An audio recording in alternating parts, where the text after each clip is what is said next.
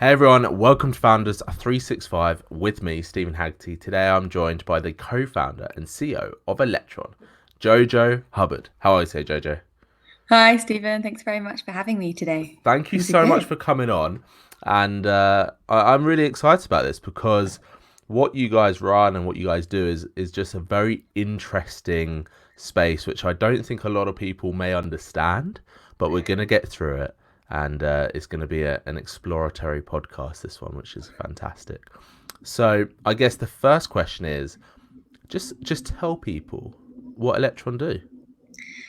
So, I love the deep in Electron. breath of take as well. So, So Electron has developed a marketplace as a service that lets companies like network operators, the people who own the wires and transformers in the system, talk to clean, flexible energy assets like batteries, cars, electric heaters, and tell them, usually through a price signal, I want you to turn up or turn down now. It's basically like traffic lights for yeah. the grid. The thing I think people find confusing about it is most people have never even thought about how we optimize resources like energy or Mm, infrastructure in the electric grid, because you're used to the fact that when you turn the light switch on, the light comes on and yeah. you're like a nice passive consumer. So the fact of the matter is two things have changed that means electrons needed. One is the consumers aren't just passive anymore. The consumers are like beginning to be smart devices who are perfectly capable of using power now or later, and are perfectly capable of helping the system make better use of renewables or Hmm. make better use of infrastructure. And the other thing that's changed is actually that we now need to on because of renewables. Yeah. So almost every system can swallow about 20% wind and solar, intermittent, weather dependent power without any issues. But as soon as you start getting somewhere like 30% and definitely past kind of 40-50%, you start having big problems because power isn't always available, or you get these massive peaks and like surges of like demand, Yeah. or kind of low periods of demand. So I don't think people realize that getting to net zero means a complete overhaul of how we use power grids, who uses power grids, who connects. And I mean, really, Electron's all about making that smooth and allowing it to happen in layers and allowing it to happen in a kind of an incentivized basis and bring more low cost power, more low carbon power onto the system for everyone. I love that. I absolutely love the explanation, and it's already clearer from my standpoint, which is great. I'm curious to Great. know, though, you know, what was going on in your world, what was going on in your life when Electron came about, and you decided, okay, this is what I'm going to co-found, this is what I'm going to do, this is what I'm going to focus my time on, because it sounds like one of a long-term mission, isn't it? This Yes. change isn't going to happen overnight. It's a lot of education, a lot of change that needs to happen. So for you to look at this and go, this is what I want to dedicate my time to, what was the thought process behind that? So I think Electron is almost like the kind of Nadira problem I've been trying to solve, like almost my entire career, which is how do you transition to renewables?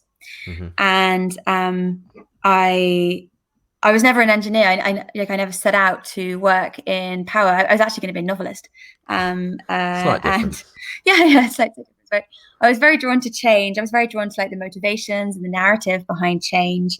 And renewables was like a kind of interest hobby. Um, but I've taken this question way further back than you wanted me to go, but it's a fun It's story. all So we're good. gonna No, take it okay, as far perfect. back. This is the thing, right? It's Great. not. Some people go, "Oh, I was just walking down the street and this happened. This idea stumbled upon me." But I much prefer it when the stories are more embedded in that. Great. Okay. Well, this is very embedded. So I went to so after graduating from university, I went to Moscow to write my first novel, as you do. Wanted to learn Russian, and I was chatting to people in bars and coffee shops as like free Russian lessons, chatting to people in Russian, and I feel found like that's a myself. novel in itself. Yeah, it's a very good way to get free lessons, and found myself talking about this topic more and more and more, because like the way I kind of grown up, I guess mine was probably one of the first generations that got taught in school, okay, there's a problem, like, like climate change, but like there's a solution, it's renewables. And actually like getting out there and understanding that this wasn't really a solution that people thought, that everyone thought even kind of feasible or even possible, kind of made me really, really excited about that opportunity. And I did a kind of entrepreneurial renewable deal out there, a very small one, which I thought was like, wow, this is really exciting. I think we sold some wood chips to a wood chip dealer. It was going to be burnt as biomass. It was very, very like kind of boring, lowbrow. But I came back and I was like, I want to be part of that change. Yeah. Yes. So I didn't go into tech, kind of straight into kind of grid tech. Is quite a complex area. I actually went into onto the investment banking side. I was like, well, what can I bring to this world? And I was a kind of maths Olympiad and like extra further maths person at school, despite my literature degree. And I thought like I could tell the stories in numbers, and I could like tell the story verbally, and like I think that's like what skill set I can bring to this transition. And I spent 4 years doing that, and I was really lucky with the timing. I mean, it was really probably 4 of the kind of biggest boom years of that time when, when I went in, people would, think these assets were really, really risky things. They'd be wanting huge returns on them. And by the time I left, that they were kind of being sold to pension funds for like 4% return. It was like the safest asset class. And that was great, because it meant so much more money was going so much further in this space. And I kind of felt like almost like, job done, like people are investing in renewables. Ticking your box for that desire to do something and the desire to try and create the change. And actually, if I'm honest, like at that time it wasn't just like be the change, it was like be part of the change. But this big problem was emerging, which was we were reaching this point of like renewable, I can't call it renewable saturation, because it's probably like only about 15% at the time, I can't remember exactly.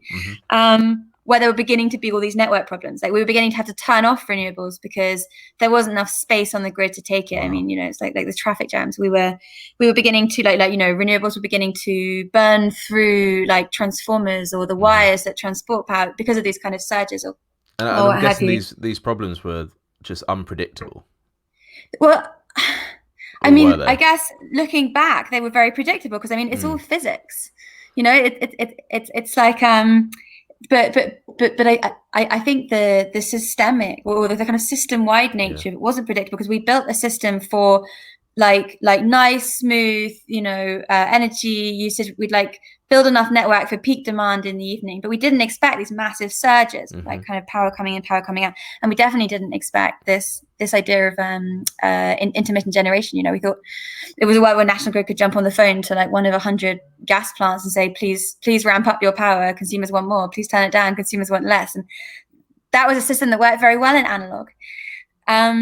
So I thought at the time when I left there, the answer was obviously batteries and smart grid technologies, and that was going to solve all of these issues. And they absolutely will solve some of these issues in the future. But the problem is the market wasn't there, or the incentive structure wasn't there for them to be paid to solve some of these solutions, or even for like someone who's operating a local network or someone who's trying to balance a whole system to even know they existed, let alone ask them to make some change in how they use power. So I looked at investing, like investing in Cleantech on the kind of battery side, did a couple of kind of interesting things, but never really kind of took off. We went to McKinsey to try and do some I think I was like, wow, like who's being listened to? Who's doing like some big, interesting kind of thought pieces on this? Who's actually directing the change?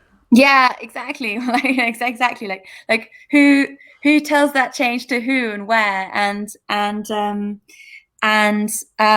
It was when I was there actually that I kind of came across I was sort of growing this thesis of how you coordinate this distributed, intermittent, like incredibly complex grid system. And they gave me some time to go and explore it and go a bit further into it, and I'll forever be really grateful for that. But I also met my co-founder, and I think for me that was the deciding moment, and that was probably the only question you actually asked, like how did you decide it was time to go and do this? I met this amazing man, Paul Ellis, who I ended up co-founding Electron with, who was coming actually from the fintech space. He'd founded and run 2 massive global electronic trading platforms on the fintech side, and really, really understood some of these market mechanisms, how these things work and how these things scaled and how you incentivize these types of things. So we went off and we kind of bootstrapped Electron. I was still kind of like half in, half out McKinsey at that time. Been given a bit of space to go and explore things, and I think it was when we won this innovation project with National Grid, the system operator in the UK, to essentially look at how you could create a market mechanism for them that also worked at a local level, and that also allowed all these other changes to kind of come on in layers, and some good validation when that happens. Some good validation, yeah. Some nice, some nice government funding, for which we're also very grateful, and actually a whole consortium of industry players who wanted this, who were like who wanted to be able to trade these price signals and optimize their energy assets better, and really that was how kind of Electron in its current form was born. How did it feel for you when you met your co-founder? And it sounds like things just really started to click into place in terms of that drive to create the change. Whereas perhaps beforehand it was, you're trying to find where you wanted to sit in that world, and now you've sort of found where you want to sit, and things just sounds like they started to snowball.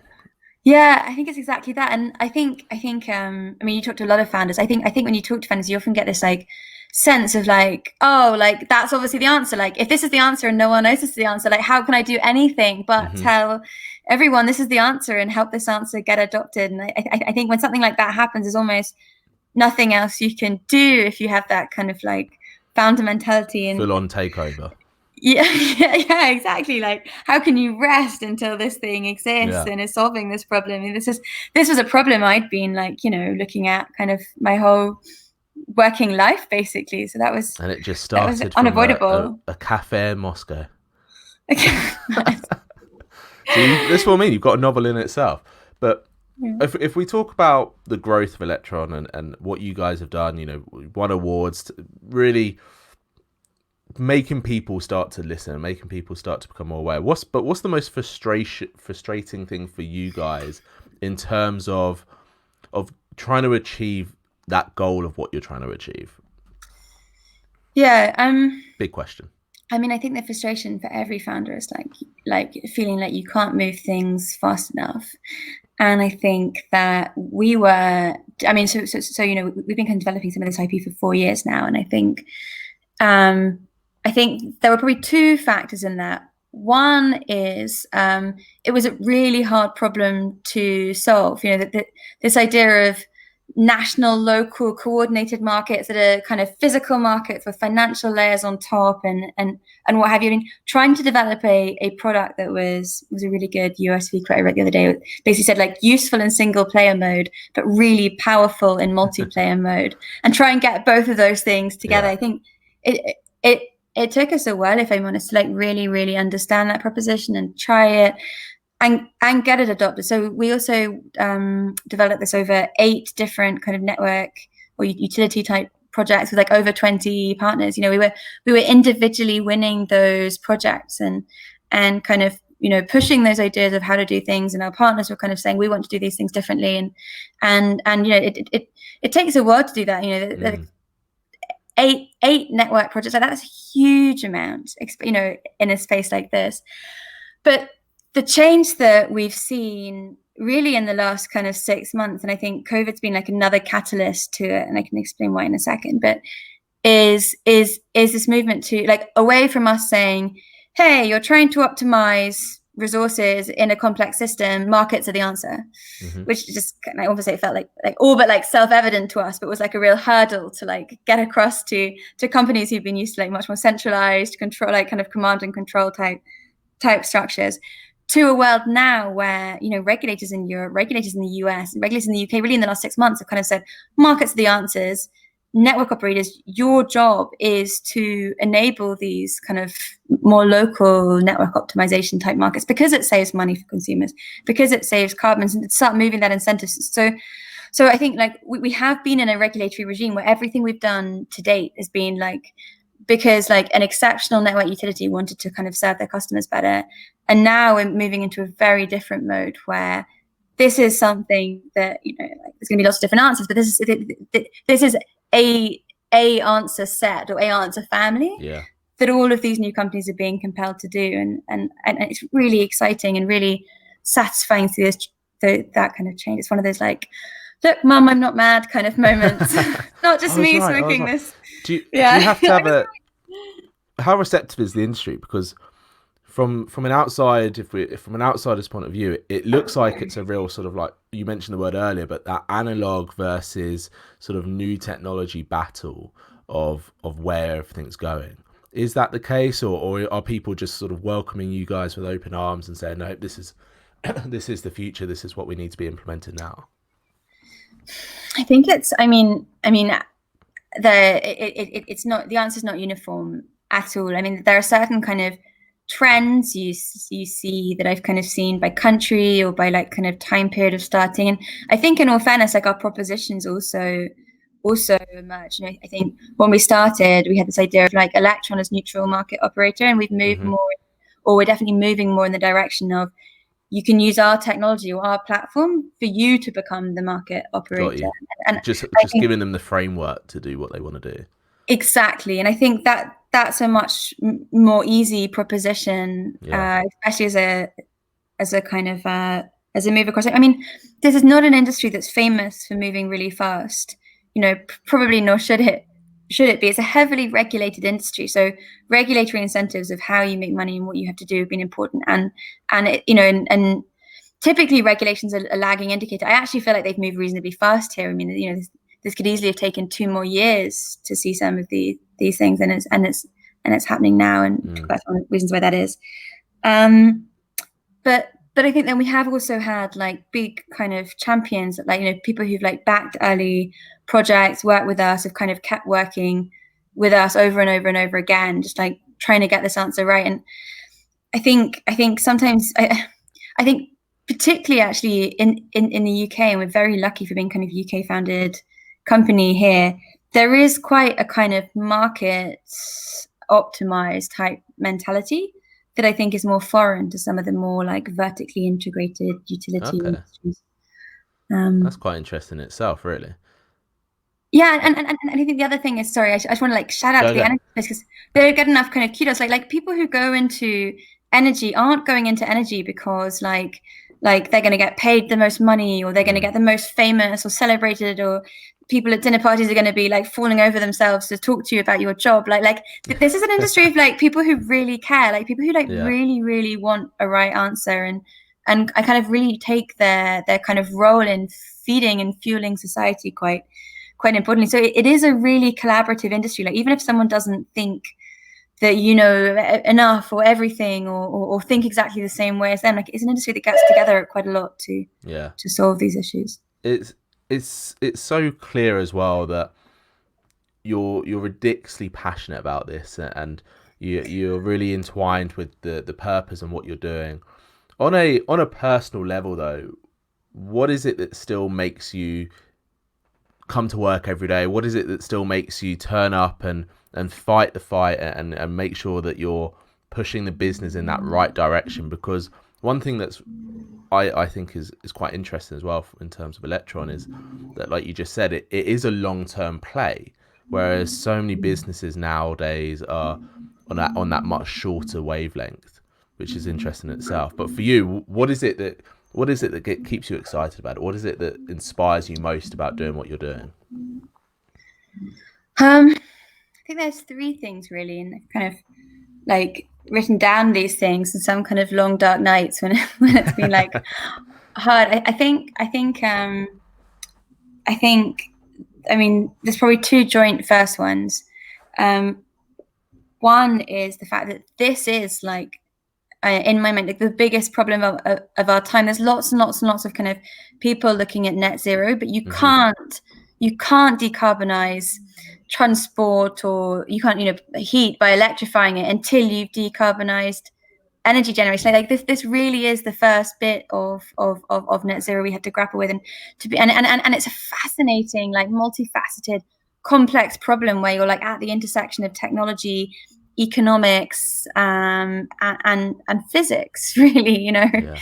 So there's that thing, and I think the other joint first thing is that I work with fascinating people, like really, really, really smart, really, really motivated people. Like the Electron team are super mission driven. They kind of chose us for for the mission. You didn't have to kind of do all that company culture stuff. Like this is our view of the world, and this is what we're kind of trying like setting out to do. But it's not just the team; it's also our partners. You know, we work with kind of people at the very, very highest level of government regulation. Some of these utilities really trying to kind of collaboratively find answers to some of these people, and that is incredibly motivating. 100%. And then I think the third thing, and the thing that you kind of need to hold this together, is like we can make such a big difference. Like everyone knows this change is going to happen. There's a lot of people who have like views for how industries could work better, but there's no targets. There's no one saying like this is how everyone has to do it, or like this is how much renewables on the system you have to have by this date. In this there is in our space. There aren't in a lot of other industries. Like this is a change we actually know is going to happen. Yeah, we have a solution that we actually know works, that we know people want. Like it's a very tangible change. It's a very tangible change. It's definitely happening, and we can definitely make it happen in really quite a unique way. And like that in itself is like mind blowing. The company. Yeah.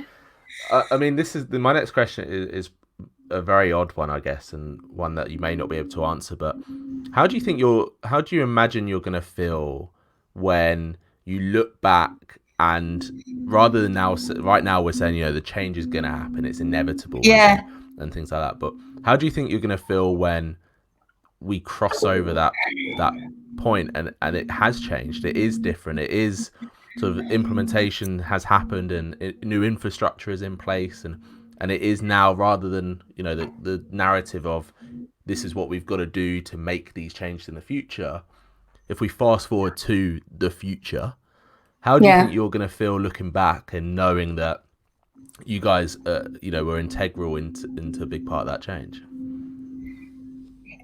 I mean, I can't imagine looking back and being like wanting it to feel any other way. But I also can't imagine being at a situation where I thought, hey, we've won everything, we've done everything, I'm complete, let's look back at my life's work. I mean, a very wise woman once said to me that change looks very slow when you're close to it. It's kind of glacial. But if you sit back and look at, like, you know, what was happening in the world 2 years ago or 4 years ago, let alone 10 years ago, you know, when I first came into this space, it's amazing how much has changed already. But I don't look back and go, great.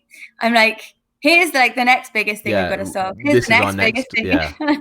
I don't think I'm someone programmed to like look back and be like, great, done. Just like, what next? On that point then, how do you make sure that you're keeping your sanity then? Because I think one of the things that a lot of founders struggle with is taking that step back and actually seeing sort of, oh, this is what we've achieved so far, and then getting back into the business to move on to that next step.